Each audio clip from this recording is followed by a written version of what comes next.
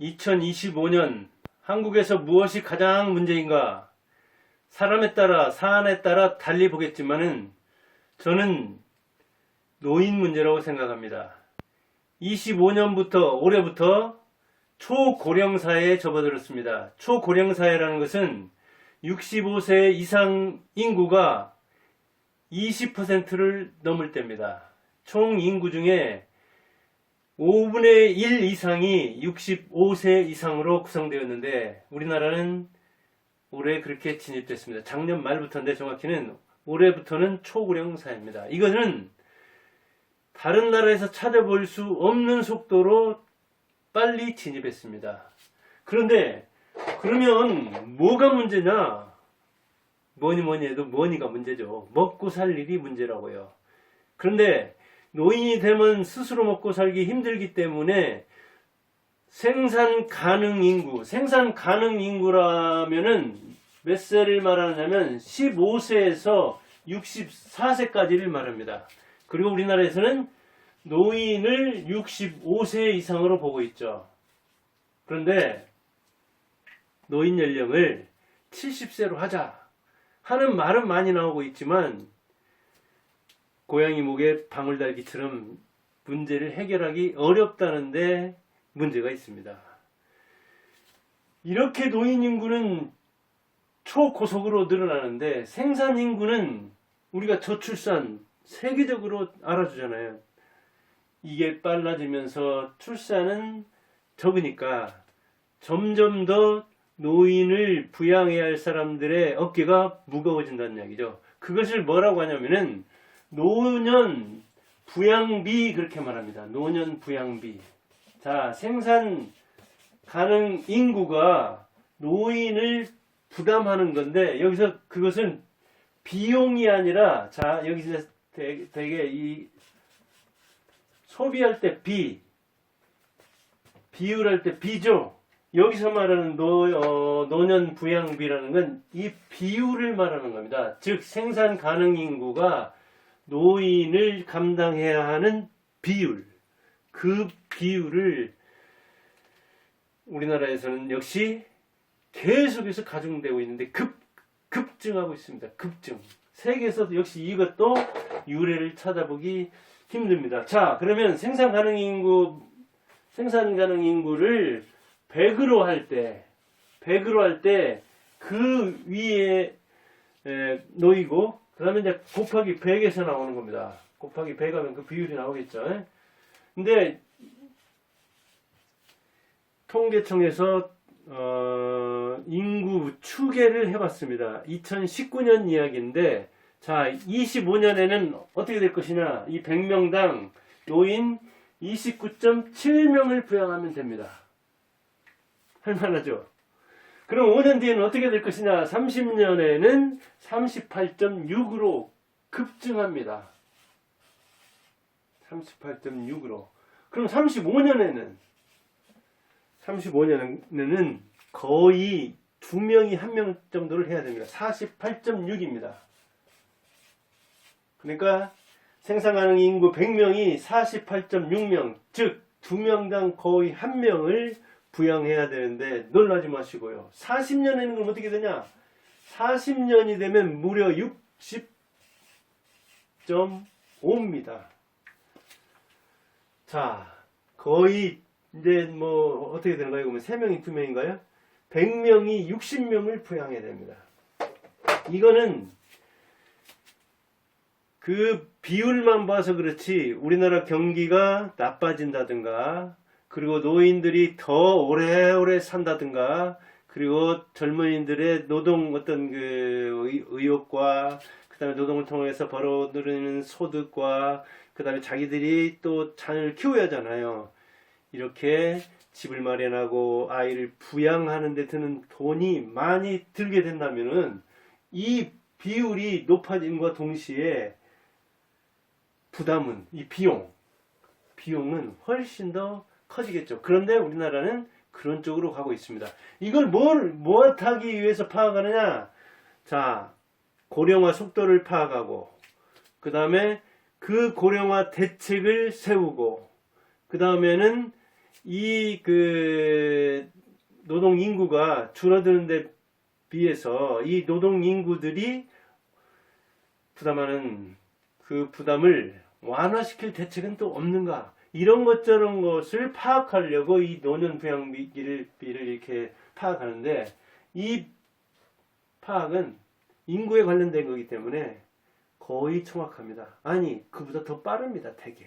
그래서 연금 그 고갈 시기 같은 것도 인구에 대비해서 어떻게 추계를 잡는데, 돈 들어오는 것은 항상 그러잖아요. 자기 주머니에 돈 들어오는 건 적습니다. 그리고 쓰고 나면은 항상 돈은 삐게 돼 있습니다. 어디로 나갔는지는 모르는 거거든요. 들어오는 돈은 적고 나간 비용은 큰 겁니다. 이게 이제 인플레이션까지 가미가 된다면은, 또 삶의 질까지 따지게 된다면 더욱더 그렇게 되는 거죠. 그래서 우리나라 그 연금 고갈도 대개는 뭐 이렇게 인구 하면은 인구는 더 줄어드는 추세, 그 다음 비용은 더 늘어나는 추세 가지고 항상 그 추계는 대개 보면 틀립니다. 빨리 고갈되는 쪽으로 가는 겁니다. 이거 역시 인구는 이렇게 한다 하더라도 우리의 그 노후 생활을 지금까지 지낸 대로, 지금 노인들이 살고 가는 그 시대대로 후배 노인들이 산다 하더라도 다른 비용의 어떤 그 증가를 가져오게 되는 겁니다. 그러면 노인들이 지금 어떻게 살고 있느냐 하는 그 소득은, 이건 이제 통계청 이야기를, 통계청에서 이렇게 내봤는데, 노동연구원에서 역시 이 노인들의 소득에 대해서 조사를 해봤습니다. 그럼 어떻게 됐느냐? 이거는 2022년 기준입니다. 노인 가구는 어떻게 돈을 벌어들이는가 보니까 되게 근로로 역시 많이 소득을 법니다. 근로가 약 50%를 차지합니다. 소득에. 노동연구원에 이게 소득, 노인 가구들이 무엇을 어떻게 버는가 하는 걸 보니까 근로입니다. 그 다음에 많은 것은 역시 이전 소득과 사회보험 소득입니다. 이게 이제 이게 두 합쳐서 약 32% 정도를 차지합니다. 그 다음에 많이 차지하는 게 부동산 소득입니다. 이게 이제 부동산 소득이 약 13% 정도를 차지합니다. 이거는 각각 16%니까 부동산 소득이 역시, 금융소득은 적습니다. 2, 3%. 금융소득은 금융자산으로 소득을 늘려서 뭐 돈을 얼마 넣어놓고 그걸로 노후에 도움을 받는다? 그 소득으로 살아간다? 그거는 꿈 깨야 됩니다. 그거는 굉장입니다. 역시 투자를 통해서 소득을 올리는 사람도 쉽지 않습니다. 부동산 투자로 부자된 사람이 훨씬 많습니다.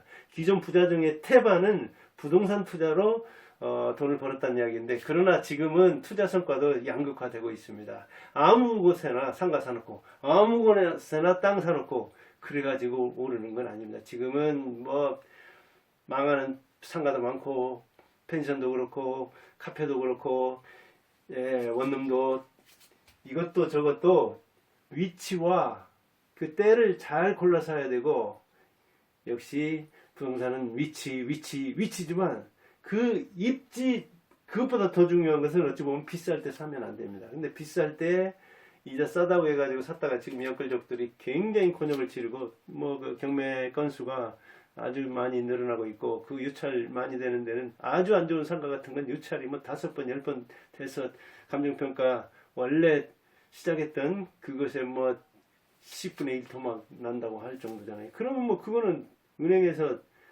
대출해 준 것도 못 가져가는데 주인한테 남을 게 뭐가 있겠습니까? 이렇게 부동산 투자도 그냥 아무거나 해가지고는 안 된다는 얘기죠.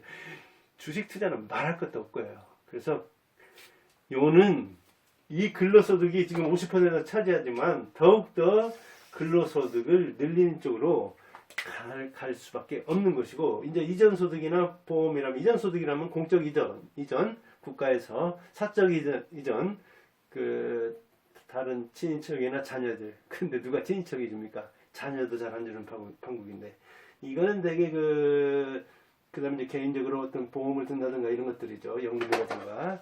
이 이전은 사적 이전이든 공적 이전이든 이런 구조에서 생산 노동 인구가 노인을 많이 부양해야 하는 이런 구조에서는 이거 기대하기 힘듭니다. 그러니까 노동으로 더욱더 해야 되는 거예요. 그리고 지금 뭐 그 민주당이 주장하듯이 뭐 기본소득이 뭐니 말도 안 되는 겁니다. 이런 구조에서. 그리고 사업하기 힘들게 만들면서 상속세 같은 거, 그 다음에 뭐 각종 세금을 계속, 부담금을 계속 늘리려고 하는 구조에서 어떤 내국자가 이런 노동 환경, 이런 상속세 환경, 이런 정부의 규제 환경에서 사업하려고 했습니까? 대한민국에서 사업하는 사람들 정말 내국자입니다. 그런데도 이 민주당이나 이런 쪽 보면은 정말 기업하는 사람들을 기를 죽이고 사업할 마음을 싹 달아나게 만드는 측면이 있죠. 그렇다고 이 국힘이 또 잘하느냐? 국힘은 철학은 옳지만 참 어찌 보면 정치력이 떨어져 가지고 문제가 있죠. 이렇게 나라에서 이를테면 부자들한테 세금을 받으려면은 사업하는 사람이 많이 생기고 그 다음에 이 고용도 할 수 있게 그렇게 만들어야 되는데 이 민주당 기본 시간수당 이런 것도 터무니없이 올려가지고 지금도 뭐 시골 같은 데서도 로봇을 고용할 정도로 참 전체를 생각해야 되는데 아무튼 이런 속에서 살고 있습니다. 저도 노인에 들어갔지만 노인으로서 살아갈 세상은 이렇게 되어 있습니다. 그래서 점점 더 노인이 많아지고 생산 가능 인구, 즉 젊은 사람들의 부담이 이렇게 가중되는데 그들에게 손을 벌릴 수 없는 구조입니다. 이건 자기 집에서 한번 생각해 보세요. 자기 집안에서 생각해 보세요. 자기가 근로 50% 하는데 나머지를 자녀나 친인척이 메워줄 수 있습니까? 안 됩니다. 이거 어느 통계에서 보면은 사적 이전 소득보다 공적 이전 소득, 즉 나라에서 주는 뭐 기초연금이라든가 이런 것들이 자녀들 대여섯 명 되는데도 자녀들이 주는 용돈보다 더 많을 정도입니다. 그런 것처럼 걸 생각을 해보세요.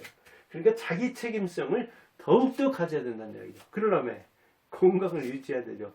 근로시간이 연장돼야 한다니까요. 옛날에 70대까지 일했다. 그러면 이제 건강하면 80대까지라도 일해야 돼요. 그 다음에 새로운 기술을 습득해야 되고 새로운 기술에 적응도 해야 되고 저도 이 IT 시대, AI 시대에 제대로 적응을 못하지만 아무튼 유튜브 찍고 편집하고 그러지 않습니까? 그 다음에 자기가 이를테면 국가에 낸 것을 그만큼은 받아야 된다? 자식한테 부양비 쏟은 거 그만큼 받아야 된다? 그것도 말이 안 되듯이 자기가 국가에 기여한 만큼도 못 받는다고 생각해야 됩니다. 하물며 국가에 기여한 것도 없는데 자녀들도 기여한 것이 없는데 받으려고만 한다? 그럼 어디서 돈이 나옵니까? 땅에서 돈을 캡니까? 하늘에서 돈이 떨어집니까? 안 되죠. 적어도 자립은 해야 되는데 참 너무 이렇게 의존적 성향을 갖는다든가 국가 돈은 뭐 빼먹는 게 장딱이고 국가 돈은 먼저 보는 게 임자다 이런 의식을 가지면 나라가 굴러갈 수가 없죠. 누가 힘들게 하면 일하겠습니까? 아까도 얘기했지만 기업인들의 그렇게 기를 빼고 기업인들을 요구하면서 그들이 세금을 많이 내기를 바란다는 것은 모순 중에 모순이잖아요.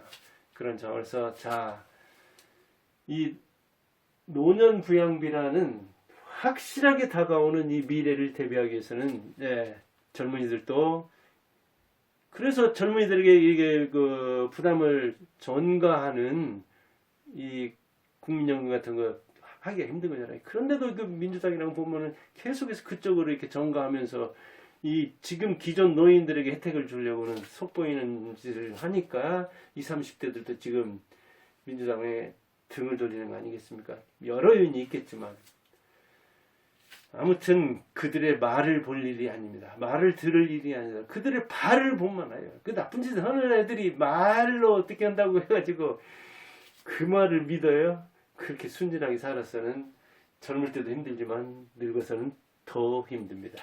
자, 그래서 오늘은 노인이 되는 사람 아니면 노인 어떻게 삶에 대비해야 되는가 이 문제를 생각해 봤습니다. 감사합니다.